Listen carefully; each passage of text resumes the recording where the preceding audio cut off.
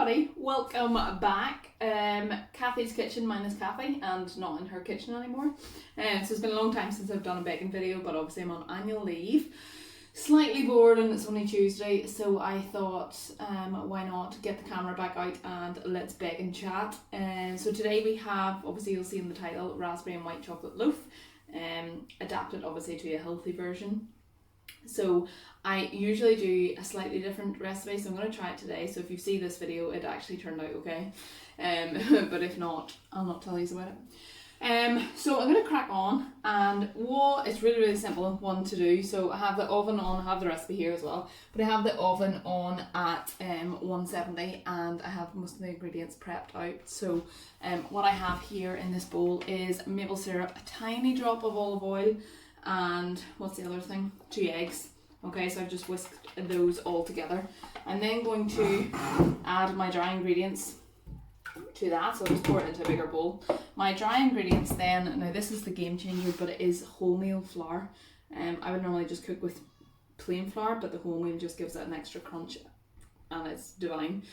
So I have 250 grams of wholemeal flour and a good dollop of cinnamon. Of course, leave the cinnamon out if you're not a cinnamon fan. So I'm going to drop that all in there. To that then, I'm going to add a little teaspoon of the good old baking soda. So in that goes. I always overdo it with the baking soda and it really annoys me that I can never get it right. But that goes in there. Then we're going to add just a tiny pinch of salt. So what I've got, some pink Himalayan goes in there, and then we're going to stir. So mixy mix, nothing too fancy here, but definitely getting used to the kitchen, getting used to having my own house, getting used to paying all the bills and the rates and the mortgage. I've rented for the past 5 years probably, so nobody really explained to me just how expensive it was, and furniture, don't even get me started. Right, to this mixture, I've only given that a wee quick stir, but I'll continue as we chat on. So just going to give a little splash of vanilla extract. Put that back in there, stir again. Okay, to this mixture we are going to add some frozen berries. Okay, I've just thrown a good handful out. I really like these Mark Series ones, and I think it's because of the branding on the packaging. I'm a sucker for marketing, but that's what it is. Right, in that all goes.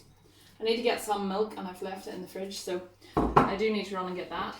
Now the two nice ingredients is going to be a handful of white chocolate chips and then some coconut or desiccated coconut if you like it. So I'm going to just look at the comments for all the measurements in there, because most of the time I make the measurements up, but I will give you a recipe.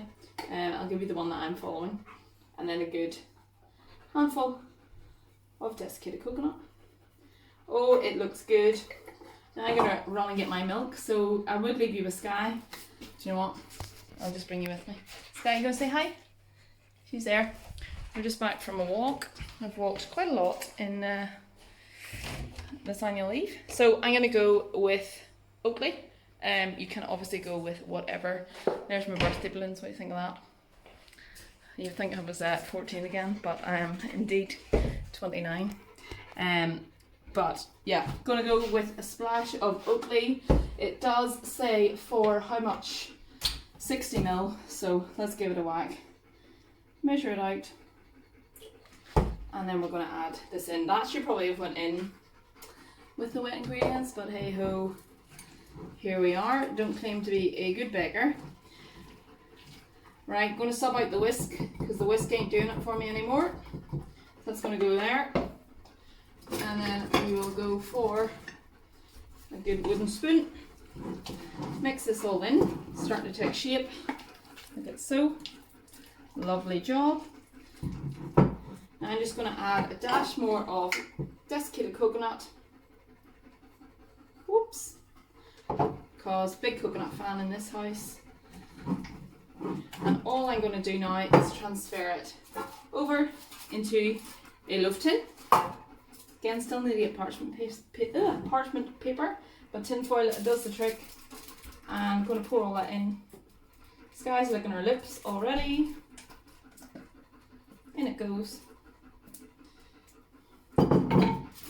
And there is your mixture. So, just going to sprinkle a tiny bit more coconut on top. And now I'm going to pop that into the oven. I'll just show you one more time. Like so. I am going to pop it into the oven, and I think it takes around 25 minutes. So I will check in with you when it's done.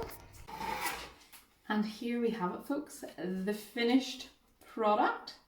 Looks alright, doesn't it? So I will cut it on camera. We'll see how it looks. But yeah, mine did take 25 to 30 minutes, and then I ended up covering it with tin foil as well. Ooh. Yummy, yummy. Look at that. Super duper. So again, you could eat it without butter if you're a fan of butter. Get some butter on. But yeah, if you make this recipe, do take a photo and let me know what you think of it. Alright, talk to you soon. Bye bye.